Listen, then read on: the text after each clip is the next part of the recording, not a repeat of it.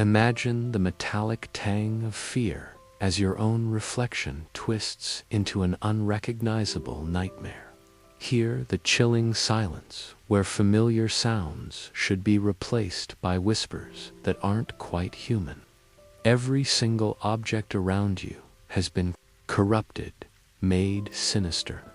If you dare, join me on an unsettling journey through a parallel universe that will prickle your skin and leave you desperately longing for the safe, mundane world you call home. I watched myself die in the bathroom mirror at 3:17 a.m. And the worst part wasn't the blood pooling around my head, was realizing that the me in the reflection was still breathing. My name is Sarah, and I've always been obsessed with perfection. Every morning, I'd spend exactly 43 minutes getting ready, checking my reflection from every possible angle. My apartment was filled with mirrors, bathroom, bedroom, hallway, even the kitchen. I needed to know I looked flawless from every perspective. It was more than vanity. It was survival in my hypersure marketing job, where appearance was everything. That Tuesday night started like any other. I was brushing my teeth, going through my meticulous routine, when I noticed something wrong in the mirror. My reflection was moving a fraction of a second too late. At first, I thought it was exhaustion. I'd been pulling 16-hour days for weeks. But as I leaned closer, the delay became more pronounced. I raised my right hand. My reflection raised its left. The toothbrush clattered into the sink. The taste of mint turned metallic in my mouth, like I was sucking on copper pennies. My reflection smiled, but I wasn't smiling. Its eyes, my eyes held a coldness I'd never seen before. "Hello, Sarah," my reflection mouthed, though I heard the words as clearly as if I'd spoken them myself. The voice was mine, but twisted, like hearing a recording played backward. I stumbled away from the mirror, my heart hammering against my ribs. When I looked back, my reflection was gone, just the empty bathroom, lit by harsh fluorescent bulbs. That suddenly seemed too bright, too stark. Over the next few days, the mirrors in my apartment began showing me things that weren't there. In the bedroom mirror, I'd catch glimpses of a version of myself sleeping in a different position. In the hallway mirror, I'd see myself walking in the opposite direction. Each reflection seemed to exist in its own reality, following its own timeline. The smell started on Thursday, a sharp, ozone-like scent that reminded me of the air before a thunderstorm. It was strongest near the mirrors, and it made my skin crawl with static electricity. My hair would stand on end whenever I got too close to my own reflection. I tried covering the mirrors with sheets, but somehow I could still see through the fabric. The reflections were becoming more vivid, more real than my actual apartment. I watched myself cooking different meals, wearing different clothes, living different lives. Some versions of me looked happy, others looked terrified. The worst was the version of me that looked angry. Friday night, I couldn't sleep. Every time I closed my eyes, I could feel other versions of myself watching me from the mirrors. The apartment felt crowded with my own presence multiplied infinitely. The air grew thick and humid, like breathing through wet cloth. I found myself drawn to the bathroom mirror at 3 a.m., compelled by a force I couldn't name. My reflection was waiting for me, but this time she looked different. Bruises covered her neck. Blood trickled from her nose. Her clothes were torn. "You have to let me in," she whispered, pressing her hands against the glass from the other side. "They're coming for me." "Who's coming?" I asked, though my voice came out as barely a whisper. the others, the ones who broke through first. Behind my battered reflection, I could see movement, shadows that looked like people, dozens of them, all pressing closer to what I now realized was a barrier as thin as glass. My reflection's eyes widened in terror. "Please, Sarah," her words were cut off as hands grabbed her from behind, pulling her away from the mirror's surface. I heard screaming, my own voice, screaming from somewhere else, somewhere far away, yet impossibly close. The mirror went black. When the surface cleared, I was looking at my normal reflection again, but something was wrong with my eyes. They held that same coldness I'd seen before, and when I smiled, it wasn't my smile. My hands moved to touch the mirror's surface, but I wasn't controlling them. "Thank you," I heard myself say, though I hadn't spoken. I tried to step back, but my body wouldn't obey. My reflection moved independently now, and I was trapped behind the glass, watching myself for what had taken my placewalk out of the bathroom. In the mirror world, I could hear the others approaching, dozens of versions of myself, all trying to break through to the real world, all trying to escape whatever was hunting us in the space between realities. The worst part isn't being trapped here, watching the thing that stole my life go through my routines with perfect precision. It's knowing that somewhere out there, in another mirror, another version of me is pressing her hands against the glass, begging someone else to let her in. The radio in my car started playing my own voice at 2:47 a.m.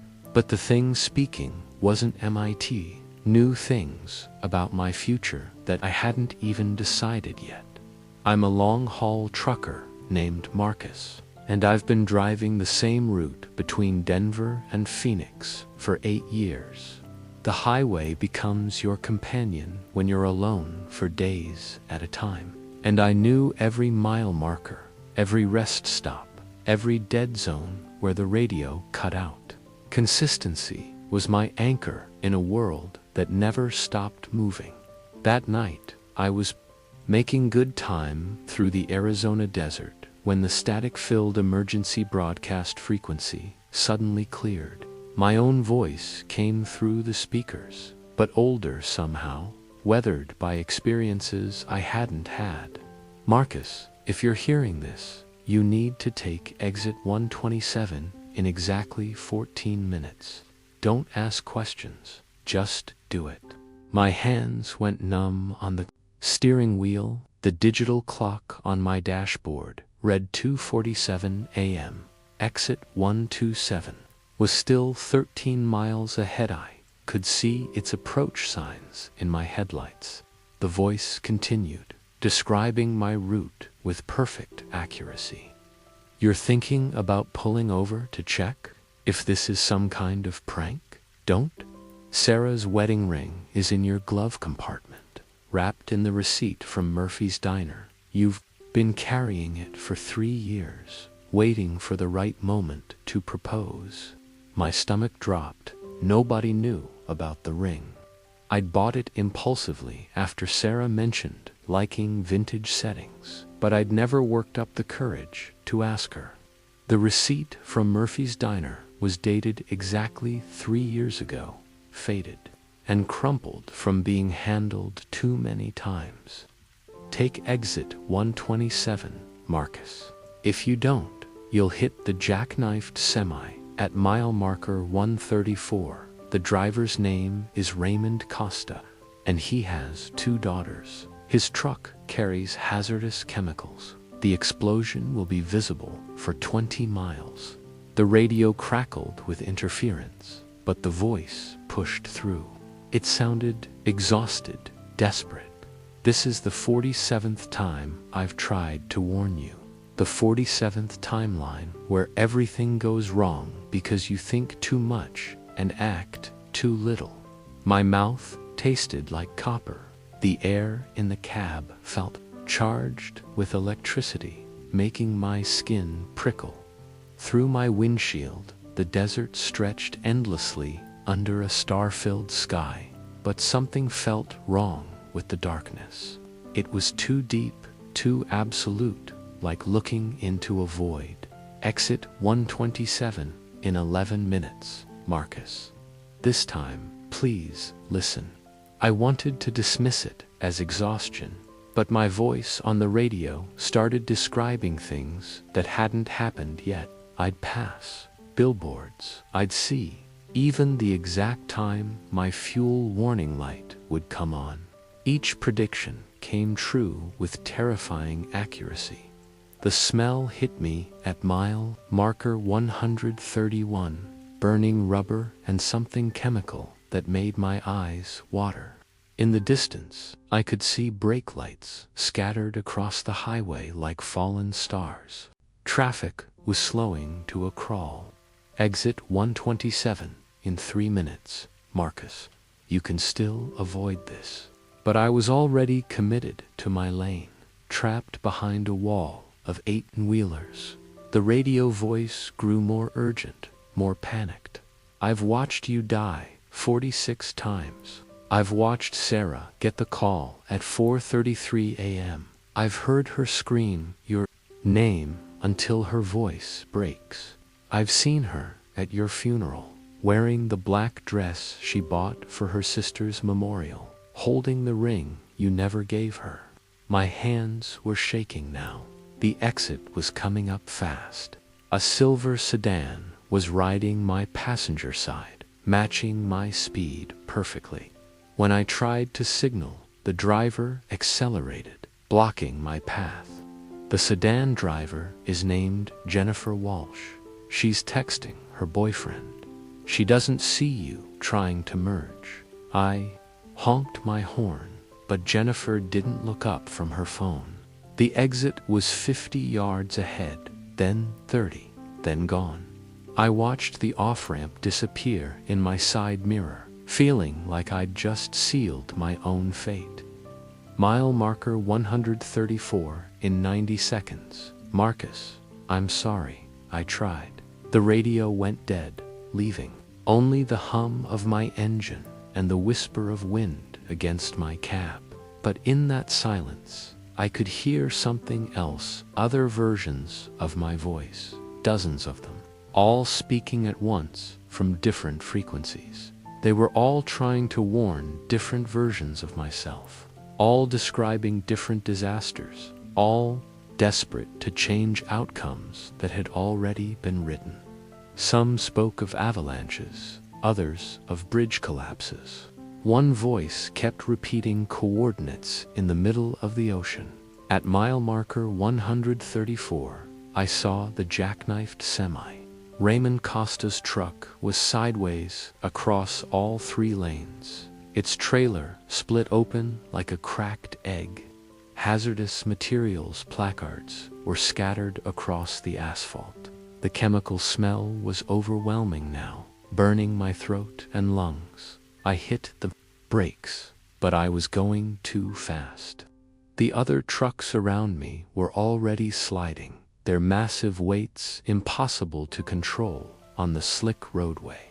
Through my windshield, I could see Raymond standing beside his cab, blood running down his face, frantically waving drivers away from his spilled cargo. The last thing I remember is my radio crackling back to life. My own voice, but older still, more tired than before. Marcus, if you're hearing this, you need to take exit 127 in exactly 14 minutes. Don't ask questions, just do it. But this time, the voice was coming from my own mouth. I was the one speaking into the radio, trying to warn a version of myself that was still 13 miles back, still thinking he had time to make the right choice. I'm trapped in this loop now, watching myself die over and over, always trying to change what's already happened. The worst part is knowing that somewhere in another timeline, Another Marcus is hearing my voice and making the same choices I made. And sometimes, late at night, when the signal is strong, I can hear all the other versions of myself. We're all trying to save each other, but we're all too late. The family photo on my mantle started showing an extra person yesterday, a little girl who looked exactly like me at age 7, standing where I should have been. My name is Alina, and I've always been haunted by empty spaces, not physical ones, but the gaps in conversations where someone should have spoken. The missing chair at family dinners, the photos where someone had been carefully cropped out. My therapist called it phantom sibling syndrome, the persistent feeling that a brother or sister was missing from my life, even though I was an only child. The photograph had sat on my mantle for 15 years, unchanged. It showed my parents and me at my 7th birthday party, all 3 of us smiling in our backyard. I was wearing a yellow dress with white flowers, holding a balloon shaped like a unicorn. It was one of the few truly happy memories I had from my childhood. Yesterday morning, I walked past the photo like I did every day, but something made me stop. The girl in the yellow dress wasn't me.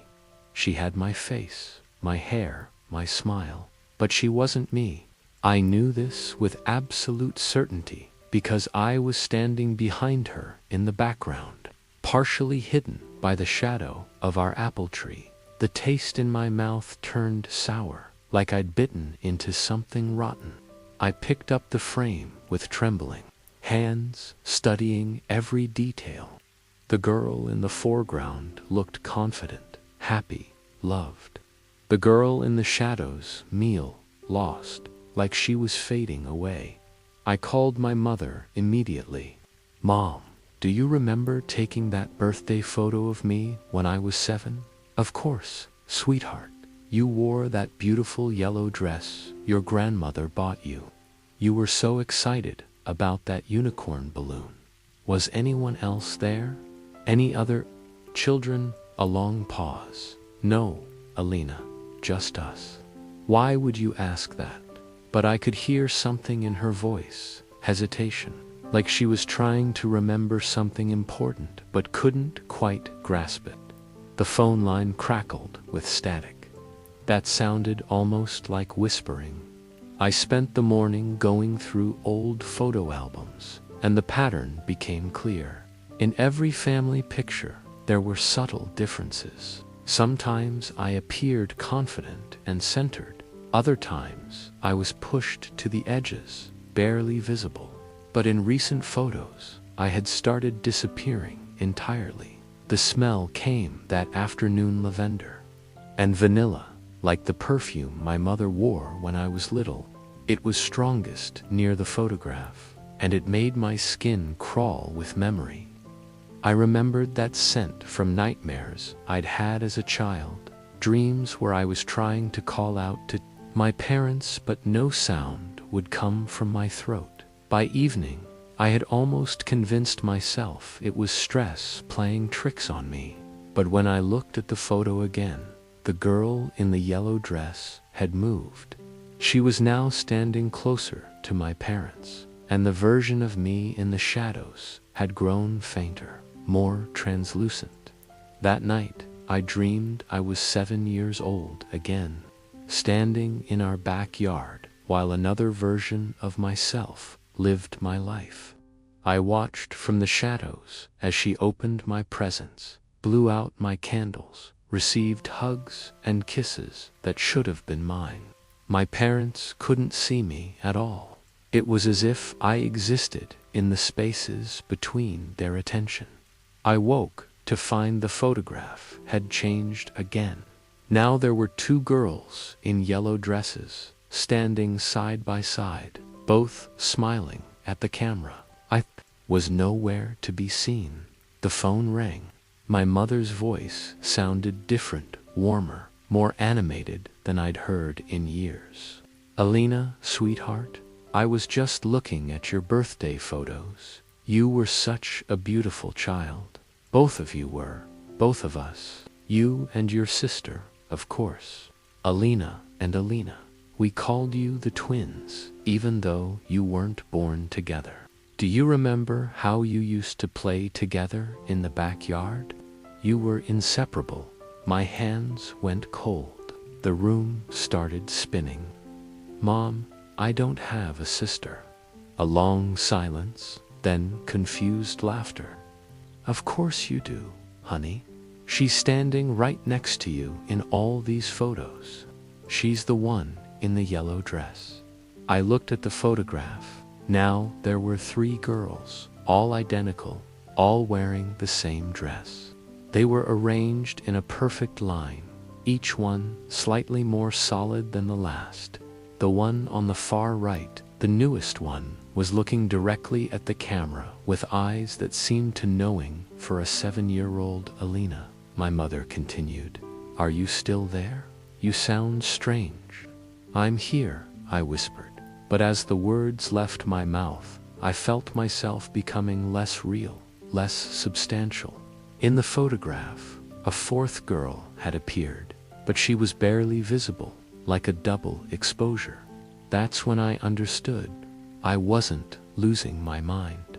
I was losing my place in reality to other versions of myself, versions that were more confident, more lovable, more deserving of the life I thought was mine. Each time one of them appeared in the photograph, I faded a little more. The phone line crackled again, and I heard my own voice on the other end, but younger, happier. "Mom, is Alina there? I wanted to tell her about my day at school." "She's right here, sweetheart. Both of you are." But I wasn't. Not really. I was becoming the shadow in the corner, the almost person who existed in the gaps between other people's memories. The girl who should have been loved, but wasn't quite real enough to hold on to. In the photograph, 5 identical girls now stood in the backyard, all wearing yellow dresses, all smiling with my face. The most recent one was solid and bright, while the others faded like old film. I could see myself in that progression from the confident girl in the center to the ghost at the edge, barely there at all. My mother hung up the phone, and immediately it rang again and again. Each time it was another version of myself, calling to check in, to say hello, to claim another piece of the life that used to be mine. I'm writing this down while I still can, while I still have enough substance to hold a pen. Tomorrow, there will be another Alina in the photograph, and she'll be the real one. She'll have my memories, my relationships, my apartment. She'll be everything I was supposed to be, but never managed to become. The worst part is that she'll be better at being me than I ever was. The job interviewer asked me questions about work experience I'd never had in companies that didn't exist in my world, but somehow I knew all the right answers. My name is David Chen, and I'm a perfectionist who's been unemployed for 6 months.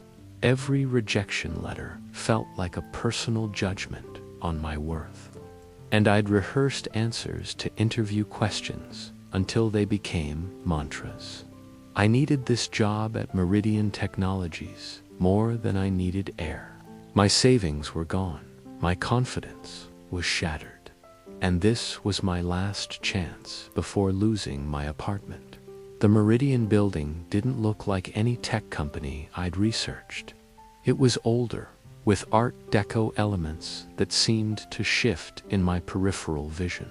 The lobby smelled like ozone and old paper, and the elevator buttons were labeled with floors that didn't make mathematical sense too. 3, 5, 7, 11, 13. When I pressed the button for the 7th floor, it felt warm under my finger. The interviewer introduced herself as Sarah Mitchell, but her business card was blank. She had kind eyes that seemed to look through me rather than at me, and when she spoke, her voice had a slight echo that made the room feel larger than it was.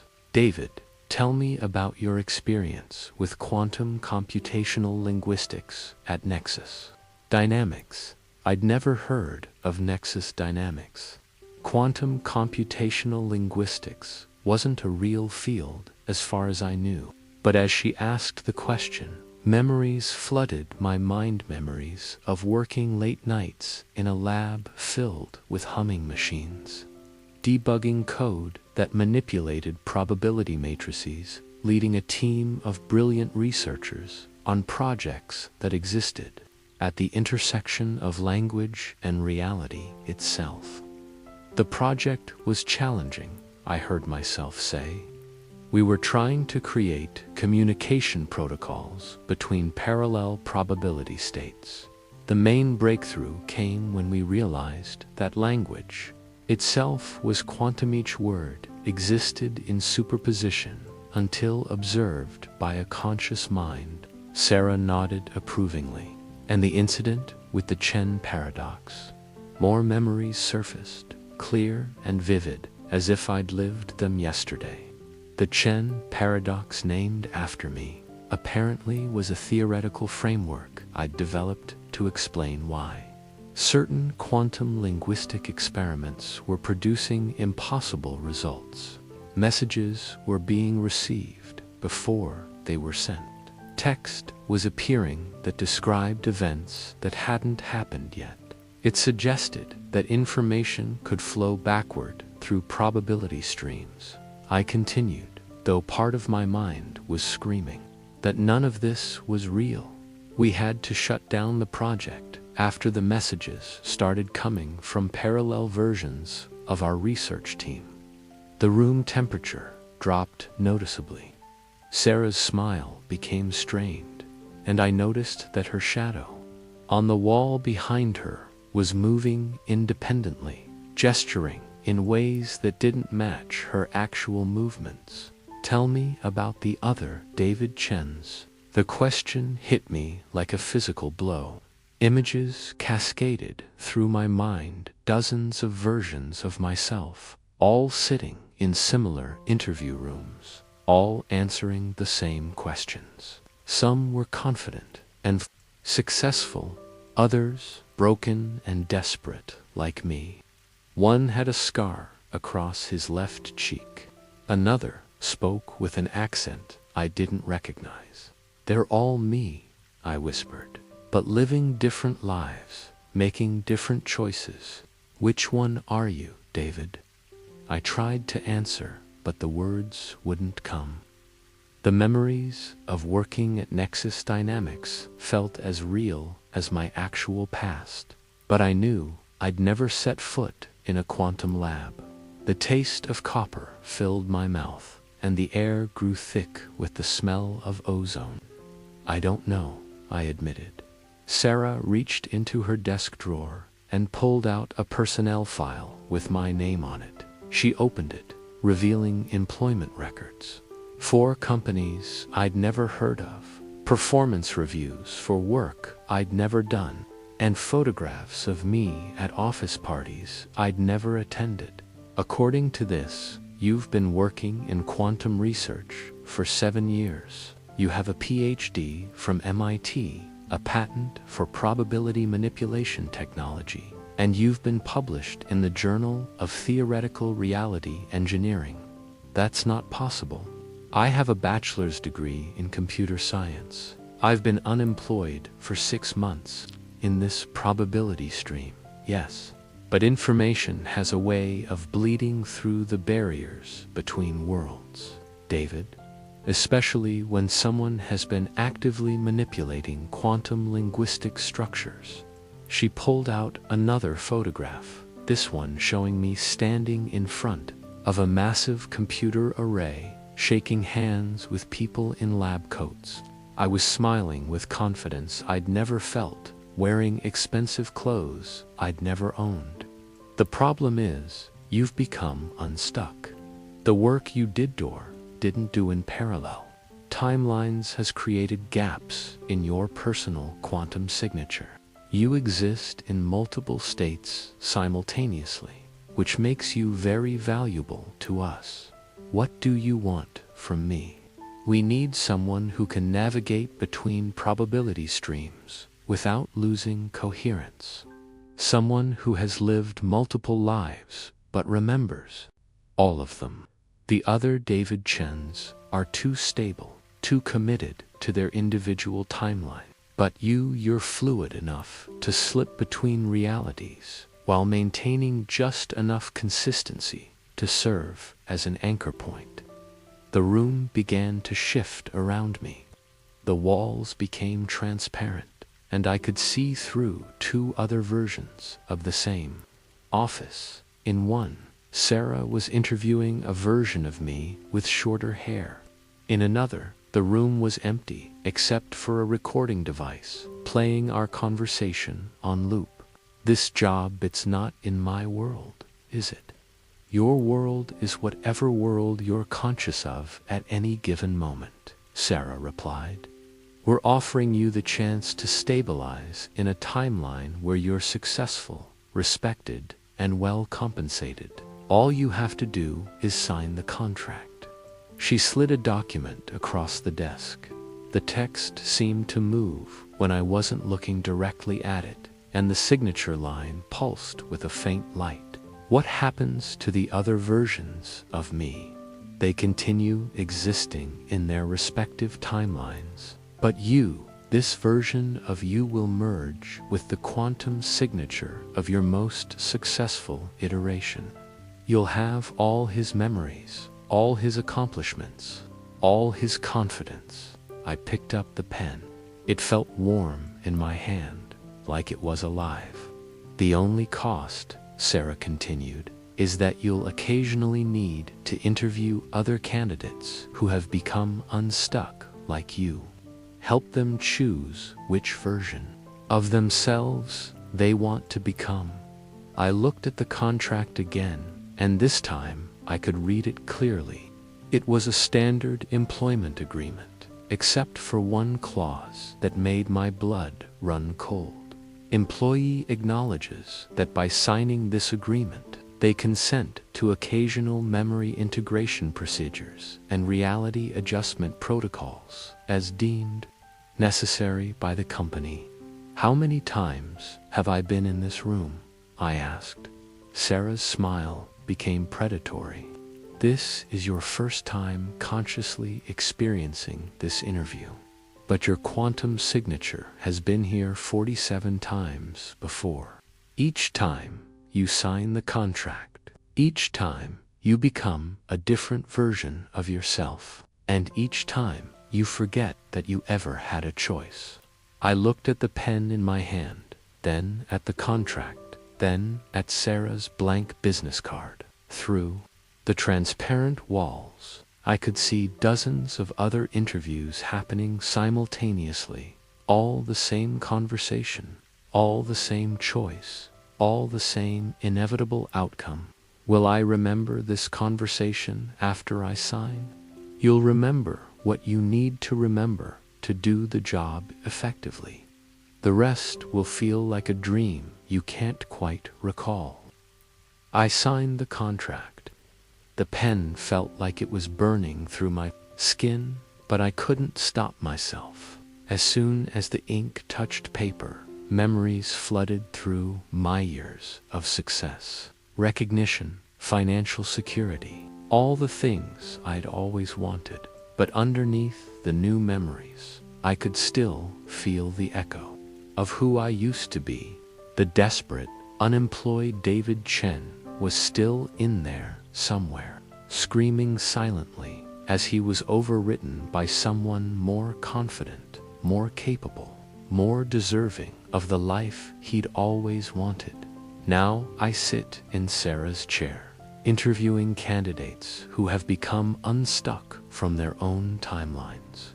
I ask them about work experience they've never had. Watch their faces as memories that aren't theirs surface in their minds. and offer them the same choice I was given. The worst part is knowing that somewhere in another probability stream, the original David Chen is still unemployed, still desperate, still wondering why he can never quite remember the details of that interview at Meridian Technologies. My dead sister called me at 11:43 p.m. to warn me about something that was about to happen to her in another timeline. But the more she told me, the more I realized I was the one in danger. My name is Rebecca Torres, and I've been carrying survivor's guilt like a stone in my chest for 3 years. My twin sister Amanda died in a car accident that should have been me in that passenger seat. We'd fought that night over something stupid. I can't even remember what Dan she'd stormed out to meet friends I'd been invited to see. The call came at 2:17 a.m. Amanda's car had slid off a mountain road in the rain. I'd become obsessed with signs and patterns, convinced that the universe was trying to communicate something important that I'd missed before. I analyzed weather reports, studied accident statistics, looked for meaning in every coincidence. My therapist said it was normal, but nothing about losing your other half felt normal. The phone rang at exactly 11:43 p.m. on a Tuesday night. The caller ID showed Amanda's number, the one. I'd never been able to disconnect because hearing her voicemail was the only way I could still hear her voice. "Becca, thank God you answered." My blood turned to ice water. It was Amanda's voice, unmistakably, but there was something wrong with it. She sounded terrified in a way I'd never heard before, and there was static on the line that came and went like breathing. "Amanda," my voice cracked. "This isn't possible. Listen to me carefully. I don't have much time before the connection breaks. I'm calling from somewhere else, another timeline where I didn't die that night." The air in my apartment grew cold enough that I could see my breath, and there was a smell like ozone and burned copper that made my eyes water. "You're dead," I whispered. "I went to your funeral. I helped carry your coffin in your timeline. Yes, but there are infinite versions of us, Becca. In some, you died and I lived. In others, we both survived, or we both died, or we were never born at all. The thing is, something is moving through these timelines, killing us systematically." Through the phone, I could hear sounds in the backgrounds, sirens, shouting, something that might have been breaking glass. Amanda's breathing was rapid and shallow. Versions of me from other timelines started dying in ways that matched your timeline exactly. Car accidents on rainy mountain roads, always at 2:17 a.m. But here's what's terrifying, it's not random. Something is orchestrating these deaths, making sure that in every possible reality, at least one Torres twin dies tragically. My hands were shaking so violently, I almost dropped the phone. The walls of my apartment seemed to ripple, and I could swear I saw movement in my peripheral vision shadows that looked like people but moved wrong. "Why are you calling me?" "Because I figured out the pattern. In timelines where I die first, you become obsessed with signs and patterns. You start looking for meaning in coincidences. You begin to notice the spaces between realities." She was right. For 3 years, I'd been documenting every strange occurrence, every moment of synchronicity, every instance where the world felt slightly off-kilter. I had notebooks filled with observations that I'd told no one about. That obsession it makes you sensitive to quantum fluctuations. Quite human. Amanda's voice became more urgent. Becca, you need to stop looking for patterns. The more aware you become of the other realities, the easier it is for this thing to find you. What thing? What's hunting us? I think it's something that feeds on quantum paradoxes, situations where the same person exists in multiple states, simultaneously create energy it can consume. By killing one twin and leaving the other alive to search for meaning, it creates the perfect conditions for interdimensional awareness. The temperature in my apartment dropped another 10 degrees. Frost was forming on my windows, and I could hear scratching sounds coming from inside the walls. It knows. I'm talking to you, Amanda said. You have to choose, Becca. Either forget everything, forget the patterns, forget the possibility that there are other versions of us out there, or accept that you're going to die so that other versions of yourself can live. Through my frosted window, I could see something moving in the darkness outside the street, leaving no footprints, casting no shadow. There's another option, Amanda continued, but it means sacrificing both of us in every timeline. What do you mean? If we both die at the exact same moment across all possible realities, it would create a quantum null state. The thing would have no paradox to feed on, no energy to sustain itself. But it would mean the end of every version of the Torres twins that has ever existed or ever could exist. The thing outside had reached the roof of the opposite building. It turned toward my window, and I saw its face, or what should have been a face. Instead, there was just a void filled with swirling patterns that hurt to look at directly. I can see it, I whispered. Then it's too late for the easy option. Becca, I need you to look at your phone. Check the last number you called. With trembling fingers, I pulled up my call history. The last outgoing call was to Amanda's number, placed at 11:43 p.m., the exact moment I'd received her call. You've been calling yourself, Amanda said, but now her voice sounded different, more like mine. Across timelines, across the barriers between life and death. You've been so desperate to speak to me that you've been unconsciously reaching out. Two versions of yourself where I survived. But I'm not Amanda, the voice on the phone continued. Where you died and I lived, and I became obsessed with patterns and coincidences and quantum possibilities. My reflection in the cracked window wasn't my own. Every time we reach across timelines, we give it more power. The window shattered. The thing stepped into my apartment, bringing with it the smell of ozone and the sound of static. Up close, I could see that it wasn't really a creature at all. It was a gap in reality itself. A void shaped like the absence of something important. Goodbye, Rebecca, I said to myself, and hung up the phone. The silence that followed was absolute. No more static, no more whispers, no more scratching in the walls. The thing stood in my apartment, motionless, as if waiting for something. I realized what it was waiting for. It needed me to call myself again, to reach across the barriers one more time, to feed it the energy of paradox and impossible connection. It had been sustaining itself on my grief, growing stronger every time I'd wished I could speak to Amanda just once more. I looked at my phone. Amanda's number was already highlighted, ready to dial. All I had to do was press call, and I could hear her voice again.